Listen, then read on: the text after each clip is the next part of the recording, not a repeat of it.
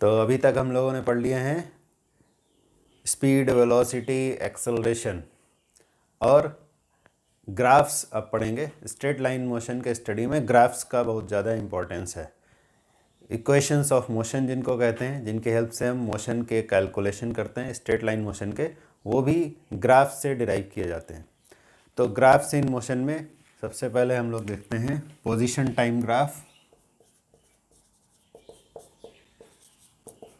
Position और time का variation जो है, यानी टाइम के साथ साथ पोजीशन में चेंज, उसको ग्राफिकली अगर देखें, इधर ले लेते हैं पोजीशन और इधर ले लिया हमने टाइम। तो इनमें से कुछ चीज़ें ऑलरेडी तुम लोग पढ़ चुके होगे 9 क्लास में, बट यहाँ पर एक रिवीजन के लिए समझ लो। ऐसा है, सपोज़ इस तरह का ग्राफ है। तो ये ग्राफ क्या एग्जिबिट करता है कि किसी टाइम t1 पर पोजीशन था x और टाइम t2 पर भी सेम पोजीशन आ रहा है x। इसका मतलब है कि there is no change in position of the object. यानी ये जो ग्राफ है ये क्या रिप्रेजेंट करता है? Stationary object. Object is not moving, ठीक है। और रेस्ट, ये रेस्ट को इंडिकेट करता है ये वाला ग्राफ, कि पोजीशन चेंज नहीं हो रहा है। t1 टाइम पर जो पोजीशन है x और t2 टाइम पर भी सेम पोजीशन है x। तो ये ग्राफ रिप्रेजेंट कर रहा है स्टेशनरी ऑब्जेक्ट, यानी ऑब्जेक्ट एट रेस्ट। अगर ऐसे ग्राफ हो,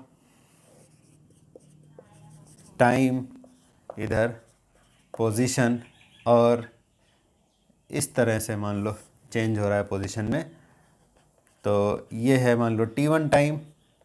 t1 टाइम पर पोजीशन है x1 और t2 टाइम पर पोजीशन है x2। पोजीशन में चेंज हो रहा है। और अगर ये वाला जो डिफरेंस है वो देखें x2 और x1 का, यानी चेंज इन पोजीशन इस टाइम डेल्टा t, ये टाइम में चेंज हुआ कितना, t2 माइनस t1 यानी कि डेल्टा t, और ये पोजीशन में चेंज हुआ डेल्टा x यानी x2 माइनस x1। तो ये जो चेंज इन पोजीशन होता है इसी को बोलते हैं डिस्प्लेसमेंट। कितने टाइम में हुआ? डेल्टा t टाइम में हुआ, ठीक है। इसको बोल देंगे टाइम इंटरवल। तो यहाँ पर जो चेंज इन पोजीशन है वो यूनिफॉर्म है। कैसे पता चला यूनिफॉर्म है? सब जगह अगर हम देखें स्लोप ग्राफ का, स्लोप ऑफ द ग्राफ, अगर हम सब जगह स्लोप ऑफ द ग्राफ देखें तो एक जैसा ही आता है। तो स्लोप ऑफ द ग्राफ हमें ये बताता है कि यूनिफॉर्म चेंज है या नॉन यूनिफॉर्म चेंज है, ठीक है। स्लोप ऑफ द ग्राफ से हम पता लगाते हैं कि चेंज यूनिफॉर्म हो रहा है कि नॉन यूनिफॉर्म हो रहा है। तो अगर स्लोप ऑफ द ग्राफ सब जगह यूनिफॉर्म है तो इसका मतलब चेंज भी यूनिफॉर्म होगा, बिकॉज ये हमने डिफरेंशिएशन वाला जो लेक्चर है उसमें डिस्कस किया हुआ है कि slope of the graph rate of change को इंडिकेट करता है, ठीक है। Slope of the graph indicates what?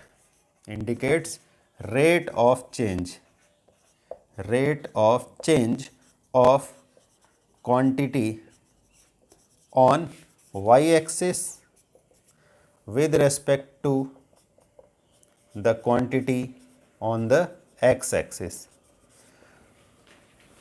मतलब कहने का ये है कि अगर हम इस ग्राफ का स्लोप निकालेंगे तो स्लोप का मतलब क्या होगा? स्लोप का मतलब होता है, मैथमेटिक्स में और फिजिक्स में दोनों में आपस में रिलेट करते हैं। मैथमेटिकली स्लोप का मतलब होता है कि ये जो ग्राफ है हमारा, ये पॉजिटिव एक्स एक्सिस से कितना एंगल बनाता है। इस एंगल का जो टैन होता है, इस एंगल का टैन, वही कहलाता है स्लोप मैथमेटिकली। तो अगर हम इस एंगल को निकालें, ये वाला एंगल भी उतना ही होगा, जितना एंगल थीटा है उतना ही एंगल होगा थीटा, ठीक है। तो अगर इस एंगल का टैन निकालें हम, वही क्या हो जाएगा? इस ग्राफ का स्लोप हो जाएगा।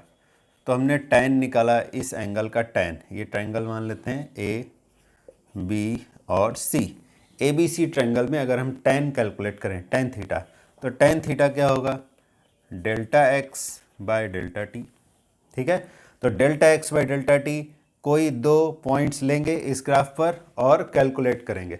अगर कोई भी दो पॉइंट्स के बीच में, जैसे यहाँ ए बी दो पॉइंट्स लिए हैं और ग्राफ अगर हमारा और ऐसे एक्सटेंड करते, यहाँ मान लो और कोई पॉइंट था डी था, बी और डी के लिए भी स्लोप निकालते, तो वो स्लोप अगर सभी जगह अगर सेम आता तो हम ये समझ जाते कि यहाँ जो चेंज हो रहा है वो यूनिफॉर्म है, because slope indicates rate of change.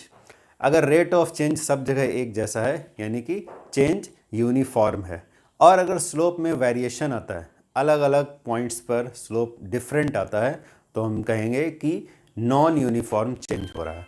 ठीक है, तो ये तो एक बात हुई। अब अगर और ध्यान से देखें इस पर्टिकुलर केस में, इस पर्टिकुलर ग्राफ में अगर देखें, तो यहाँ जो डेल्टा एक्स है वो क्या है, वो है डिस्प्लेसमेंट, और डेल्टा टी क्या है, वो है टाइम इंटरवल। तो हमने ऑलरेडी ये पढ़ लिया है, ये हम जानते हैं कि डिस्प्लेसमेंट पर यूनिट टाइम ये कहलाता है वेलोसिटी। तो इसका मतलब है कि अगर पोजीशन टाइम ग्राफ में हम स्लोप निकालेंगे तो वो हमें क्या देगा, वेलोसिटी देगा। ठीक है, यहाँ पर भी यही बात पता चलती है, सेम चीज़ यहाँ भी लिखा हुआ है, बस खाली बोलने का ढंग अलग है। क्या लिखा है, slope of the graph indicates rate of change of quantity on y axis with respect to quantity on x axis. तो इस केस में अगर हम देखें तो वाई एक्सिस पर है पोजीशन और एक्स एक्सिस पर है टाइम। तो इस केस के लिए क्या हो जाएगा, rate of change of position with respect to time. तो rate of change of position with respect to time को ही कहते हैं वेलोसिटी। इसका मतलब है कि जब भी हमें पोजीशन टाइम ग्राफ दिया हो और उससे हमें वेलोसिटी निकालने को कहा जाए तो क्या करेंगे, हम उस ग्राफ का स्लोप निकालेंगे। ठीक है, और स्लोप क्या होता है ये इस एग्जाम्पल में हमें दिखाई दे रहा है। बट यहाँ एक इम्पॉर्टेंट बात यह है कि ये जो हमारा एग्जाम्पल है इसमें एक स्ट्रेट लाइन ग्राफ आ रहा था, ये एग्जाम्पल है, इसमें भी स्ट्रेट लाइन ग्राफ है। ठीक है, इसमें भी चलो स्लोप निकाल कर देख लेते हैं, फिर आगे डिस्कस करते हैं। इस ग्राफ में अगर स्लोप निकालें, मान लो ये दो पॉइंट्स लिए थे हमने ए और बी। ठीक है, तो इस ग्राफ में अगर हमने स्लोप निकाला तो स्लोप क्या होगा, स्लोप होता है ग्राफ का पॉजिटिव एक्स एक्सिस से बनाया गया एंगल। तो इस ग्राफ में अगर हमने देखा तो ये एंगल कितना आ रहा है, ये एंगल आ रहा है 0। तो अगर स्लोप निकाला, स्लोप का मतलब होता है tan ऑफ द एंगल। ठीक है, ये एंगल पॉजिटिव एक्स एक्सिस से कितना एंगल बना रहा है, तो tan 0 की वैल्यू तो हो जाती है 0। तो इस केस में स्लोप है 0। स्लोप 0 का मतलब क्या हुआ, पोजीशन टाइम के हिसाब से अगर सोचें तो स्लोप का मतलब है 0 वेलोसिटी। तो इस केस में वेलोसिटी आ रही है 0 क्योंकि चेंज इन पोजीशन नहीं हो रहा है। ठीक है, तो पोजीशन, तो इम्पॉर्टेंट बात यहाँ पर क्या है ध्यान रखने की कि पोजीशन टाइम ग्राफ जब भी होगा उससे अगर वेलोसिटी निकालनी है तो क्या करोगे, स्लोप ऑफ द ग्राफ निकालोगे। तो ये दोनों केसेस तो इजी थे, इनमें position time graph straight line आ रहा था, यहाँ straight line parallel to time axis था, यहाँ किसी एंगल पर है बट स्टिल है तो स्ट्रेट लाइन ही। बट अगर स्ट्रेट लाइन नहीं होता ग्राफ तब हम स्लोप कैसे कैलकुलेट करते, ऑलरेडी ये डिस्कस हो चुका है, बट पोजीशन और टाइम के स्पेसिफिक केस में क्या करना है वो डिस्कस कर लेते हैं। तो अगर हमारा position time graph straight line नहीं होता, कर्व्ड होता, तो उससे हमें क्या क्या चीज़ें पता चलती। मान लो कि इधर ले लिया हमने टाइम और इधर ले लिया पोजीशन। ठीक है, और ग्राफ हमारा सपोज कुछ इस तरह का है, ऐसा ग्राफ है, किसी भी शेप का हो सकता है, हमने कर्व्ड बनाने के लिए ऐसा ले लिया। तो यहाँ मान लो दो पोजीशंस हैं ए और बी, t1 टाइम पर पोजीशन था x1 और t2 टाइम पर पोजीशन था x2। यहाँ तक तो ठीक है, कोई प्रॉब्लम नहीं। अब अगर तुमसे कहा जाए ए और बी पॉइंट्स के बीच में slope of the graph calculate करो, ये पोजीशन टाइम ग्राफ है, अगर तुमसे किसी ने कहा कि वेलोसिटी कैलकुलेट करो between time t1 and t2, तो इसका मतलब है कि तुम्हें इस ग्राफ का स्लोप कैलकुलेट करने को कहा जा रहा है। तो ग्राफ का स्लोप कैसे कैलकुलेट करते हैं, जैसे अभी हमने डिस्कशन किया था उसके अकॉर्डिंग अगर सोचें तो ए बी पॉइंट्स को ज्वाइन करने वाली हमने लाइन बना दी और फिर देखा ये एंगल कितना बन रहा है, और इस एंगल का यहाँ पर tan कैलकुलेट कर लेंगे तो स्लोप आ जाएगा। बट प्रॉब्लम ये है कि पिछले वाले केस में जो हमारा ए बी था वो स्ट्रेट लाइन था, बट इस केस में ए बी एक कर्व है, और कर्व होने से ए बी सी एक ट्रायंगल नहीं बन रहा है। पहले वाले केस में ट्रायंगल बन रहा था, अब एक ट्रायंगल नहीं बन रहा है। तो इस केस में हम डायरेक्ट tan थीटा कैसे कैलकुलेट करेंगे? ठीक है, तो इसका उपाय है डिफरेंशिएशन। डिफरेंशिएशन क्या बताता है कि अगर हर एक पॉइंट पर चेंज हो रहा है स्लोप, तो उस केस में रेट ऑफ चेंज अगर हमें निकालना है तो हमें डिफरेंशिएशन करना पड़ेगा। ठीक है, क्यों करना पड़ेगा इसका फर्दर डिटेल, फिर से वही बात है, तुम्हें बेसिक मैथमेटिकल टूल्स में डिफरेंशिएशन वाला जो एक लेक्चर है वो देखना पड़ेगा। वहाँ पर ये बताया गया है कि क्वांटिटी ऑन वाई एक्सिस और क्वांटिटी ऑन एक्स एक्सिस में अगर चेंज कंटिन्यूअस हो रहा है, यूनिफॉर्म चेंज नहीं है, अगर नॉन यूनिफॉर्म चेंज है, तो उस केस में स्लोप ऑफ द ग्राफ कैसे निकाला जाता है। ठीक है, तो उसको हम यहाँ रिपीट नहीं करेंगे, उस लेक्चर को तुम्हें देखना होगा। तो इस केस में जो वेलोसिटी होगा वो delta x by delta t तो होगा, लेकिन यहाँ पर delta t will be tending to zero, और जब delta t tending to zero होता है तो delta x by delta t हो जाता है d x by d t. ठीक है, या फिर ऐसे भी लिख सकते हैं d over d t of x, यानी कि डिस्प्लेसमेंट का डिफ्रेंशिएशन करना है with respect to time. Differentiation का मतलब होता है रेट ऑफ चेंज, तो rate of change of x यानी कि position with respect to time, that will give us the velocity. तो ये तो पोजीशन टाइम ग्राफ हुआ। अब अगर हम ले लेते हैं वेलोसिटी टाइम ग्राफ, तो वेलोसिटी टाइम ग्राफ से हमें क्या क्या पता चलेगा? How to interpret the velocity time graph. Velocity time graph given हो, उससे हम क्या क्या चीज़ पता कर सकते हैं।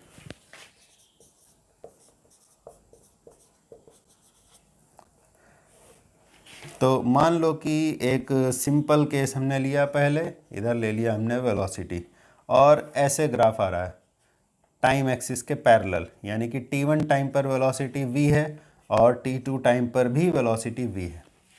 ऐसा ग्राफ है हमारे पास।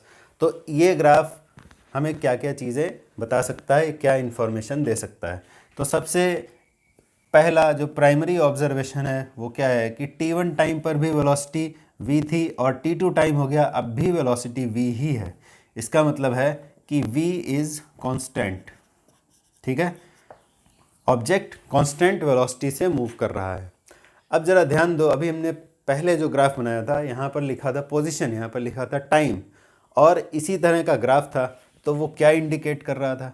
ये बात हम इसलिए कह रहे हैं कि कई बार स्टूडेंट्स जल्दबाजी में ग्राफ का शेप देख कर के डिसाइड कर लेते हैं कि इससे क्या पता चल रहा है, बट वो हो जाता है गलत, और एक्सिस में क्या लिखा हुआ है वो देखते ही नहीं है जल्दी में, और जानबूझकर ऐसा ग्राफ एग्ज़ाम में दिया भी जाता है ध्यान देने, ये चेक करने के लिए कि स्टूडेंट्स अटेंटिव हैं या नहीं। तो ग्राफ, जब भी तुम कोई भी ग्राफ देखोगे, ये ग्राफ्स नहीं, अपने लाइफ में कभी भी तुम साइंस पढ़ोगे और कोई भी ग्राफ देखोगे, साइंस के स्टैटिस्टिक्स में भी ग्राफ यूज़ होते हैं, तो ग्राफ जब भी देखोगे तो उसमें सबसे इम्पोर्टेंट चीज़ क्या देखोगे कि जो दोनों एक्सिस हैं उन एक्सिस में क्या वेरिएबल्स हैं, यानी कि क्वांटिटीज़ कौन कौन से हैं। जैसे इसमें पोजीशन है और इधर है टाइम, यानी ये पोजीशन वर्सेस टाइम ग्राफ है, ये वेलोसिटी वर्सेस टाइम ग्राफ है। सबसे पहली चीज़ तुम्हें ये देखनी चाहिए कि दोनों एक्सिस में कौन से क्वांटिटीज़ हैं।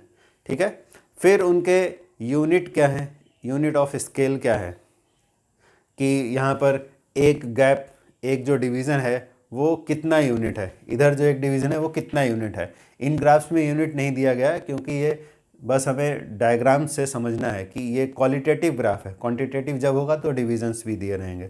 तो दूसरी चीज़ हमें क्या देखनी पड़ती है, स्केल ऑफ मेज़रमेंट देखना पड़ता है, स्केल ऑफ मेज़रमेंट क्या है, उसके बाद में ग्राफ का शेप देखा जाता है। ठीक है, तो अब इस एग्जाम्पल पर फिर से आते हैं। तो देखो, दोनों ही ग्राफ्स में ग्राफ का शेप एक जैसा है, बट दोनों से मिलने वाला इंटरप्रिटेशन टोटली डिफरेंट है। ठीक है, ये हमने अभी इंटरप्रेट किया था, तो इससे हमें क्या पता चला था कि object is at rest, object रुका हुआ है। इस ग्राफ से हमें ये पता चला था, जबकि ये ग्राफ क्या बताता है, वेलोसिटी इज कांस्टेंट। तो दोनों बातें अलग अलग हैं। Object is at rest means object is not moving, यानी velocity is zero, but in this case velocity is constant, velocity zero नहीं है, ऑब्जेक्ट मोशन में है, भले ही वो यूनिफॉर्म वेलोसिटी से चल रहा है बट वो रेस्ट में नहीं है। तो जब भी ग्राफ को देखोगे इंटरप्रेट करते समय इस बात का ध्यान रखना है कि सिर्फ ग्राफ का शेप नहीं देखना है, ये भी देखना है कि कौन से क्वांटिटीज़ दोनों एक्सिस में लिखे हुए हैं, उसके बाद ही सही इंटरप्रिटेशन हो पाएगा। अगर सिर्फ ग्राफ का शेप देखा तो तुम्हारा रिजल्ट गलत हो जाएगा। देखो दोनों ग्राफ्स का शेप एक जैसा है बट रिजल्ट बिल्कुल अलग है। इसमें ऑब्जेक्ट चल ही नहीं रहा है, रुका हुआ है, और इसमें ऑब्जेक्ट चल रहा है, यूनिफॉर्म वेलोसिटी से मोशन में है। ठीक है, तो ये इंपॉर्टेंट बात है। और इस ग्राफ से हम क्या पता लगा सकते हैं? वेलोसिटी टाइम ग्राफ से, वेलोसिटी टाइम ग्राफ से अगर हम स्लोप निकाल लें तो हमें क्या मिलेगा? Rate of change of velocity with respect to time. And rate of change of velocity with respect to time को कहते हैं एक्सेलरेशन। यानी कि अगर हमारे पास वेलोसिटी टाइम ग्राफ गिवन है, इधर ले लेते हैं टाइम और इधर ले लेते हैं वेलोसिटी। एक तो ये एग्जांपल था, ये दूसरा एग्जांपल है। सपोज ऐसे है, तो इसमें t1 टाइम पर वेलोसिटी थी v1 और t2 टाइम जब हो गया तो वेलोसिटी हो गई v2। ठीक है, तो ये टाइम इंटरवल हुआ डेल्टा t, यहाँ से यहाँ तक। ये पॉइंट को a मान लेते हैं, इसको b मान लेते हैं और इसको c। और यहाँ से यहाँ तक क्या हो गया? चेंज इन वेलोसिटी हो गया डेल्टा v। ठीक है, डेल्टा v। तो इस ग्राफ को भी अगर पिछले वाले ग्राफ से कंपेयर करें तो क्या पता चलता है? देखो ग्राफ का शेप वही है, हमने ऐसे ही पोजीशन टाइम के लिए भी बनाया था। इस ग्राफ का शेप भी वैसे ही आ रहा है but interpretation will be totally different. उस वाले ग्राफ में delta x by delta t आ रहा था, यानी कि वेलोसिटी आ रही थी और सब जगह यूनिफॉर्म स्लोप था, यानी कि यूनिफॉर्म वेलोसिटी से चल रहा था। ठीक है, इसका मतलब है कि जब भी रेट ऑफ चेंज निकालेंगे, क्वांटिटी ऑन वाई एक्सिस और क्वांटिटी ऑन एक्स एक्सिस का हम डिवीज़न करेंगे। तो delta we by delta T इस केस में निकालोगे तो आ जाएगा एक्सेलरेशन, और उस वाले केस में क्या आ रहा था? Velocity, uniform velocity. अगर एक जगह एक जैसा स्लोप है तो यूनिफॉर्म वेलोसिटी, और इस केस में अगर एक जैसा स्लोप है तो यूनिफॉर्म एक्सेलरेशन। दोनों अलग अलग बातें हैं, यूनिफॉर्म वेलोसिटी और यूनिफॉर्म एक्सेलरेशन। ठीक है, अब ज़रा हम थोड़ा सा और इन डेप्थ जाते हैं। जैसे ये वेलोसिटी टाइम ग्राफ तुम्हें दिया गया है क्वेश्चन में, वेलोसिटी टाइम ग्राफ, इससे क्या क्या निकालना है, और ये भी एक वेलोसिटी टाइम ग्राफ है, ये भी दिया हुआ है। तो हमने इसमें एक तो चीज़ ये पता कर ली कि इसमें वेलोसिटी कांस्टेंट है, इसमें वेलोसिटी कांस्टेंट नहीं है, velocity is variable, velocity variable है। ठीक है, ये इसमें एक बात पता चली, इसमें एक बात पता चल गई। और दूसरी चीज़ पता करते हैं, इसमें अगर हम स्लोप निकालें, इस ग्राफ में अगर स्लोप निकालेंगे तो हो जाएगा tan 0, यानी कि 0 आएगा। और ये क्या था? Velocity time graph. तो स्लोप का मतलब क्या होता है? Rate of change of quantity on y axis with respect to quantity on x axis. तो क्या हो जाएगा? Rate of change of velocity with respect to time, जो कि होता है एक्सेलरेशन। तो इस केस में और एक इंफॉर्मेशन क्या पता चला? Acceleration is 0। और इस वाले केस में अगर हम एक्सेलरेशन निकालते हैं, यानी कि स्लोप निकालते हैं, स्लोप यानी कि हम delta we by delta T निकालें, तो देखो ये delta we by delta T है जो कि 0 नहीं आएगा, यानी एक्सेलरेशन की वैल्यू 0 नहीं है। और हर पॉइंट पर, यहाँ हर पॉइंट पर स्लोप की वैल्यू सेम है, यानी कि एक्सेलरेशन इज़ यूनिफॉर्म। इस वाले केस में एक्सेलरेशन यूनिफॉर्म है। तो दूसरी बात क्या पता चली? Acceleration is uniform. ठीक है, तो दो बातें हमें पता चल गई वेलोसिटी टाइम ग्राफ से कि वेलोसिटी कैसी है, एक्सेलरेशन है या नहीं है, दो बातें पता चली। और एक इम्पॉर्टेंट चीज़ पता चल सकती है कब? अगर हम वेलोसिटी टाइम ग्राफ के नीचे जो एरिया आ रहा है, अगर हम उस एरिया को कैलकुलेट करें तो हमें और एक इन्फॉर्मेशन इस ग्राफ से मिल जाएगी। देखो क्या पता चलेगा। अगर एरिया कैलकुलेट करें, ये हमारा वेलोसिटी टाइम ग्राफ था इन दो पॉइंट्स के बीच में और टाइम एक्सिस के बीच में जो एरिया आ रहा है, ये area under the velocity time graph. इस वाले केस में area under the velocity time graph ये है हमारा। ठीक है, तो area under velocity time graph पहले इसमें कर लेते हैं, ये सिंपल केस है। Area under velocity time graph अगर हमने कैलकुलेट किया तो क्या आएगा? एरिया अंडर द ग्राफ, देखो एरिया क्या होगा? ये एक रेक्टेंगल शेप का बन रहा है तो यहाँ से यहाँ तक टाइम में चेंज कितना हुआ, यानी ये वाली जो एक्सिस है टाइम एक्सिस है, ठीक है। तो टाइम में कितना चेंज हुआ, t2 माइनस t1। ये लेंथ अगर लिखोगे तो वो किसके बराबर होगा, 0 से यहाँ तक t2 और 0 से यहाँ तक t1। तो ये लेंथ कितना हुआ, t2 माइनस t1। तो इतना लेंथ बच गया t2 माइनस t1।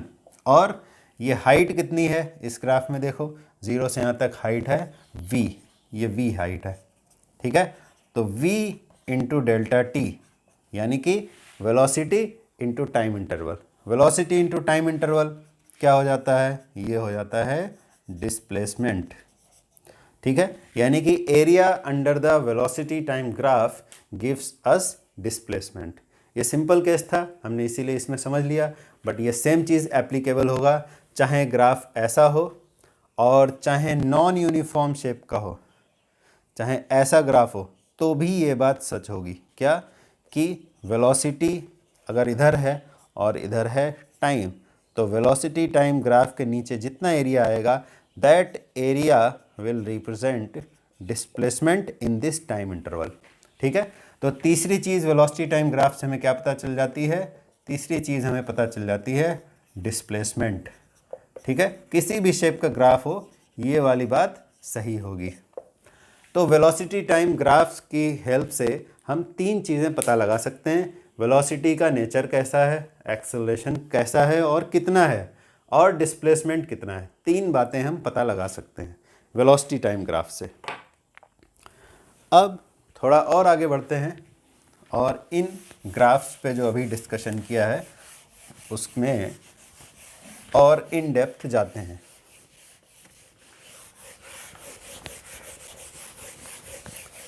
तो कभी कभी ऐसा क्वेश्चन आता है कि एक ग्राफ दिया हुआ है और उसकी हेल्प से तुम्हें एक दूसरा ग्राफ बनाने को बोला जाता है। मान लो कि ये ग्राफ दिया गया है वेलोसिटी और टाइम का, ये ग्राफ दिया है। सिंपल केस ही ले लेते हैं समझने के लिए, t1 और t2 टाइम पर, दोनों टाइम पर वेलोसिटी v है। तो वेलोसिटी टाइम ग्राफ ऐसे दे दिया और तुमसे कहा गया कि तुम इस ग्राफ की हेल्प से डिस्प्लेसमेंट टाइम ग्राफ बनाओ, इसकी हेल्प से डिस्प्लेसमेंट टाइम ग्राफ बनाना है। तो कैसे बनेगा, इसमें हमें पता लगाना पड़ेगा कि डिस्प्लेसमेंट किस तरह का आ रहा है। तो डिस्प्लेसमेंट कैसे निकालेंगे, ये एरिया कैलकुलेट करेंगे तो डिस्प्लेसमेंट आ जाएगा, ठीक है। तो यहाँ पर जो वेलोसिटी है, वेलोसिटी इज यूनिफॉर्म वेलोसिटी है, और डिस्प्लेसमेंट अगर हमने निकाला तो डिस्प्लेसमेंट कितना आएगा, अभी कैलकुलेट किया था v इंटू डेल्टा टी।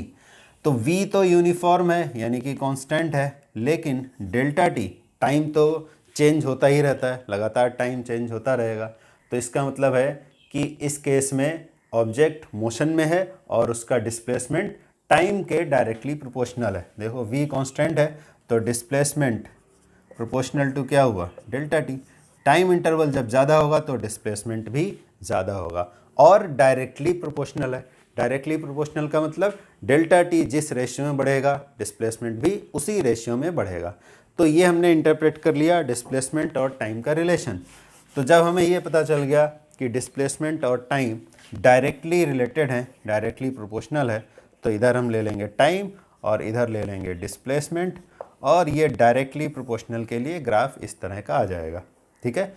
तो इसमें क्या देखेंगे कि डेल्टा टी जैसे जैसे बढ़ेगा, पहले मान लो डेल्टा टी इतना था तो डिस्प्लेसमेंट हमारा इतना हुआ, ये डिस्प्लेसमेंट हुआ, मान लो कि ये हुआ डेल्टा एस। जब डेल्टा टी को डबल कर देंगे, पहले इतना डेल्टा टी था अब हमने डबल कर दिया, ये 2 डेल्टा टी ले लिया टाइम इंटरवल। तो इस ग्राफ में अगर हम ड्रॉ करें और देखेंगे फिर कि डेल्टा एस भी डबल हो जाएगा। देखो पहले इतना था डेल्टा एस, अब ये डेल्टा एस हो गया जो कि 2 डेल्टा एस होगा। यानी कि टाइम इंटरवल अगर डबल होगा तो डिस्प्लेसमेंट भी डबल हो जाएगा। तो एक तरह के ग्राफ से दूसरे तरह का ग्राफ अगर हमें बनाना है, मतलब जो कोई क्वांटिटीज़ के बीच में ग्राफ दिया हुआ है उसकी हेल्प से हमें कोई दूसरे क्वांटिटीज़ के लिए ग्राफ बनाना है, तो उस ग्राफ को इंटरप्रेट पहले किया जाएगा। उससे हम पता लगाएंगे कि जो हमारे डिज़ायर्ड क्वांटिटीज़ हैं उनके बीच में कैसा रिलेशन है, ठीक है। तो इस तरह का क्वेश्चन आता है। अब graphs in straight line motion की हेल्प से equations for uniform motion derive किए जा सकते हैं, equations for uniform acceleration derive किए जा सकते हैं। तो ये तुमने 9 क्लास में भी पढ़े होंगे, equations of motion. Equations of motion क्या है? 3 इक्वेशंस ऑफ मोशन है, v equal to u plus a t, s equal to u t plus half a t square, और v square minus u square equal to 2s। इनको कहते हैं equations of motion. ये relate करते हैं object के displacement, acceleration, initial velocity, final velocity और time को, इन सारी क्वांटिटीज़ को रिलेट करते हैं। क्वांटिटीज़ के जो यहाँ सिंबल्स हैं उनके मीनिंग ऑलरेडी तुम्हें पता है, तो उसको डिस्कस करने की यहाँ ज़रूरत नहीं है। इनका डेरिवेशन कैसे होता है? ग्राफिकल मेथड से भी कर सकते हैं, इंटीग्रेशन मेथड से भी कर सकते हैं। तो ग्राफिकल मेथड से ऑलरेडी तुमने 9 क्लास में किया है, तो उसको हम यहाँ पर एक बार बता देते हैं शॉर्ट में, बाकी फिर इनको खुद से प्रैक्टिस करना। तो ग्राफिकल मेथड से कैसे करेंगे? अभी जैसा ग्राफ बनाया था वही ग्राफ एक तरह से दोबारा से बना रहे हैं। इधर हो गया टाइम और इधर हम ले लेते हैं डिस्प्लेसमेंट, ठीक है। या पहले फर्स्ट इक्वेशन को डिराइव करना है तो इधर ले लेते हैं वेलोसिटी, इधर हमने ले लिया वेलोसिटी। तो जब टाइम 0 था, अगर यहाँ पे t लाना है तो 0 से स्टार्ट कर देते हैं। यहाँ पे टाइम 0 था तो वेलोसिटी यहाँ पर 0 मान लेते हैं, या चलो यहाँ मान लेते हैं कुछ इनिशियल वेलोसिटी u थी, ठीक है। वेलोसिटी 0 नहीं थी, मान लो हम किसी ऑब्जेक्ट को ऑब्जर्व कर रहे हैं, वो मोशन में है पहले से ही। अगर रुका हुआ था तो हमारा ग्राफ यहाँ से स्टार्ट होगा, और ऑब्जर्वेशन जब स्टार्ट हुआ तब ऑब्जेक्ट ऑलरेडी मोशन में था तो ग्राफ यहाँ से स्टार्ट होगा, ठीक है। ध्यान देना, हम दोनों चीज़ बना के दिखा दे रहे हैं। अगर ऐसे ग्राफ है और ऐसे ग्राफ है, इन दोनों ग्राफ्स में क्या डिफरेंस है? तो ये ग्राफ नंबर 1 मान लो, ये ग्राफ नंबर 2 मान लो, दोनों ग्राफ्स में डिफरेंस क्या है? अगर 1 नंबर ग्राफ को देखें तो इसका मतलब है कि जब टाइम 0 था तो वेलोसिटी भी 0 थी, यानी ऑब्जेक्ट का मोशन जब हमने ऑब्जर्व करना शुरू किया तो वो रुका हुआ था, रेस्ट से मोशन स्टार्ट हुआ है। पहले ग्राफ का ये मतलब है। और दूसरे वाले ग्राफ का मतलब है कि जब हमने ऑब्जर्वेशन शुरू किया, यानी कि जब टाइम 0 था तो वेलोसिटी 0 नहीं थी, ऑलरेडी इतनी वेलोसिटी थी जिसको हम कहेंगे इनिशियल वेलोसिटी, ठीक है। तो ये इक्वेशन में हमें initial velocity, final velocity, uniform acceleration और टाइम का रिलेशन बताना है। तो इसलिए हम क्या करेंगे कि ग्राफ सेकेंड वाला सेलेक्ट करेंगे, वहाँ से स्टार्ट करेंगे जब 0 टाइम पर वेलोसिटी 0 नहीं थी, ऑलरेडी मोशन में था। तो यही हो जाएगी हमारी इनिशियल वेलोसिटी। फिर कुछ टाइम पास हो गया और अब टाइम हो गया t। अब नई जो वेलोसिटी है t टाइम पर वो है मान लो v। तो ये हमारा ग्राफ बन गया। इस ग्राफ के हेल्प से हम इस इक्वेशन को कैलकुलेट कर सकते हैं। तो कैसे कैलकुलेट करेंगे? इस ग्राफ का अगर हम स्लोप कैलकुलेट कर लें, स्लोप ऑफ द ग्राफ, तो स्लोप ऑफ द ग्राफ किसका स्लोप कैलकुलेट कर रहे हैं? वेलोसिटी टाइम ग्राफ का स्लोप कैलकुलेट कर रहे हैं। तो अगर हमने slope of velocity time graph calculate किया, वीटी ग्राफ, तो स्लोप ऑफ वीटी ग्राफ अभी डिस्कशन किया है, जो एक्सेलरेशन के बराबर होता है, ठीक है। तो एक्सेलरेशन मिल जाएगा अगर इस ग्राफ का स्लोप हम कैलकुलेट करें।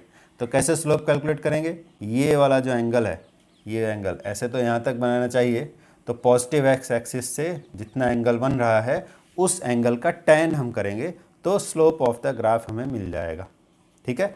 तो tan थीटा कैसे आएगा? इस ट्रायंगल में tan थीटा, ये हो गया परपेंडिकुलर और ये हो गया हाइपोटेनस। तो perpendicular, sorry not hypotenuse, base, perpendicular by base हो जाएगा tan थीटा।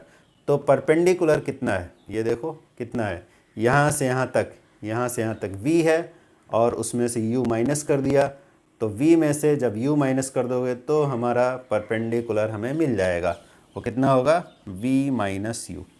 और बेस कितना है? ये टाइम कितना, यहाँ 0 था और यहाँ पर t है, t1 की ज़रूरत नहीं है, एक ही टाइम हम यहाँ ले रहे हैं। तो डेल्टा t हमारा हो जाएगा कितना? t माइनस 0, और ये क्या हो जाएगा? Delta v। तो स्लोप कितना होता है? अभी हमने पढ़ा था delta v by delta t। तो डेल्टा v का मतलब है v minus you, delta t का मतलब है t माइनस 0, तो मतलब हो गया v minus u by t. तो acceleration equal to v minus u by t, और यहाँ से आ जाएगा, रीअरेंज करेंगे, v equal to u plus a t. ठीक है, ये ग्राफ मेथड से हमने फर्स्ट इक्वेशन को डिराइव कर लिया। सिमिलरली सेकेंड इक्वेशन भी डिराइव हो जाएगा। इसमें हमें लेना है डिस्प्लेसमेंट, इनिशियल वेलोसिटी और टाइम। ठीक है, डिस्प्लेसमेंट हमें पता लगाना है, तो वो भी इसी ग्राफ से हो जाएगा। कैसे? ये वेलोसिटी टाइम ग्राफ है। अभी अभी डिस्कशन हुआ था कि अगर हम एरिया अंडर द ग्राफ निकाल लें, वेलोसिटी टाइम ग्राफ में अगर एरिया अंडर द ग्राफ निकालेंगे तो वो हमें डिस्प्लेसमेंट की वैल्यू देगा। तो ये जो हमारा ग्राफ है वेलोसिटी टाइम का, ये वाला ग्राफ, इस ग्राफ के नीचे जो एरिया आ रहा है, ये एरिया, अगर इस एरिया को हम कैलकुलेट कर लेंगे तो हमें डिस्प्लेसमेंट मिल जाएगा। ठीक है, तो ये एरिया ऐसे एक ट्रेपेजियम शेप का बन रहा है, तो ट्रेपेजियम के एरिया का फार्मूला सबको पता ही है, तो इस एरिया को कैलकुलेट कर लेंगे तो वही डिस्प्लेसमेंट के बराबर होगा। अभी जैसे डिस्कशन हुआ ही था कि वेलोसिटी टाइम ग्राफ का जो एरिया है, वेलोसिटी टाइम ग्राफ के नीचे जो एरिया आ रहा है, ये एरिया जो शेडेड एरिया है, यही डिस्प्लेसमेंट की वैल्यू है। तो ये वाला काम खुद से कर लेना, सेकेंड इक्वेशन आ जाएगा इसका एरिया निकालने से। फिर थर्ड इक्वेशन में देखो, इसमें वी यू ए एस ये सब हैं बट टी नहीं है, तो क्या करेंगे, इन दोनों इक्वेशन की हेल्प से टी को एलिमिनेट कर देंगे। एलिमिनेट कर देंगे मतलब टी को गायब कर देंगे। कैसे? फर्स्ट इक्वेशन से टी की वैल्यू निकाल लेना और सेकंड वाले में टी की वैल्यू को सब्स्टिट्यूट कर देना, तो अपने आप से थर्ड इक्वेशन आ जाएगा। ठीक है, तो ये ग्राफिकल मेथड हुआ इन तीन इक्वेशंस ऑफ मोशन को डिराइव करने के लिए। कैलकुलस मेथड से कैसे डिराइव करते हैं ये नेक्स्ट क्लास में डिस्कशन हो जाएगा। ठीक है, तो आज के लिए इतना ही।